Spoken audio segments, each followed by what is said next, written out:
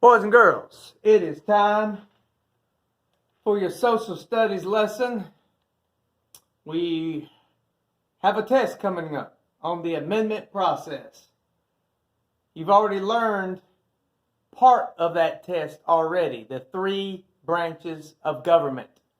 Now, this is the other half of that test that I plan on giving to you at the end of this week.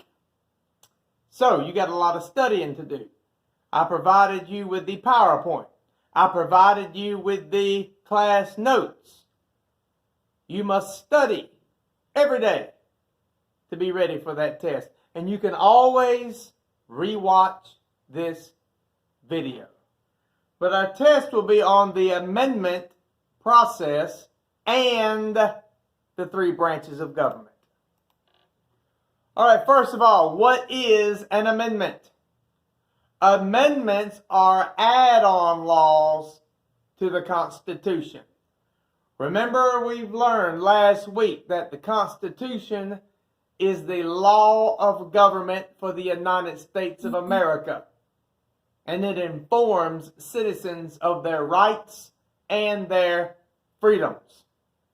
So, in the Constitution, we have laws that are called amendments.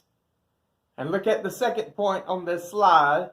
Amendments allow the Constitution to be changed without having to rewrite it.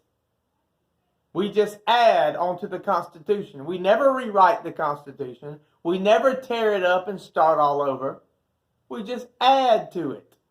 It's simple. Our founding fathers had a great idea. There are 27 amendments in the Constitution. That's not a lot.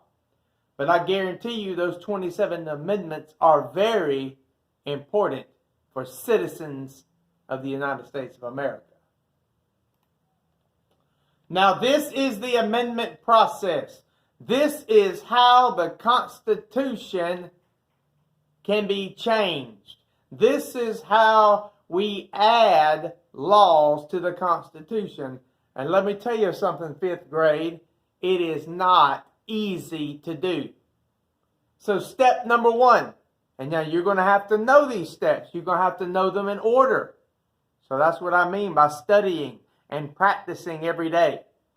Number 1, a member of Congress has an idea that would make a good amendment, and he or she writes it down. It becomes a bill. I also like to say it this way, 5th grade. A member of Congress presents an idea that they have for an amendment to the rest of Congress. Now, if you remember from last week, Congress is part of the legislative branch. They make laws. The president does not make any laws at all. He can't. He can't make a law if he wanted to make a law. The Supreme Court doesn't make a law. They can't make laws if they want to make laws. Only Congress. Now, why is that? Because the Constitution says so. That's why. So step number 1, a member of Congress has an idea that would make a good amendment, and they present it to the rest of Congress. You can say it that way. To me, that sounds a little easier. Now, step number 2. Both groups of Congress, which are the Senate and the House of Representatives, will vote on whether the bill will become an amendment. All those people that are part of the legislative branch will vote and decide if it is worthy enough to be a part of the Constitution. Now look underneath that. It says the bill must get 2/3 of the vote from both groups.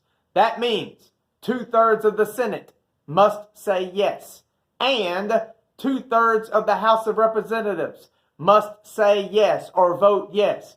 Now, if either one of them do not vote yes, then the bill gets thrown out and it will not become an amendment.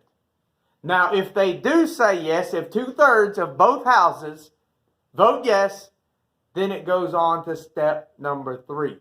If the bill passes, the 50 states will then vote for the bill. That means all of those who are of voting age get to vote on whether or not, the citizens I'm talking about, they get to vote whether or not they think that this amendment or this bill should become an amendment. All the citizens of the United States who are old enough to vote. Now look at the bottom of that. The bill must get 3/4 of all the states. In other words, 3/4 of the states must vote yes. Now, 3/4 do not vote. Now, that's more than half, 5th grade. So, it's not easy for a bill to become part of the Constitution. So, 3/4 must say yes. That's more than half. That's 75%. Now, if they do say yes, once this is completed, the bill is ratified. That means it has been approved and becomes an amendment. This is not easy to do. Now, is it a good thing or a bad thing that it's not easy for a bill to become an amendment? It is a good thing, because that way no crazy laws or bad laws will become part of the Constitution. We don't want that. If it's something crazy or if it's something bad, we don't want it part of the Constitution. So that's why the amendment process is very hard. It's not easy to be a part of the Constitution. You must know all of this. Study it every day. Practice it every day. You will be tested on it. Last but not least,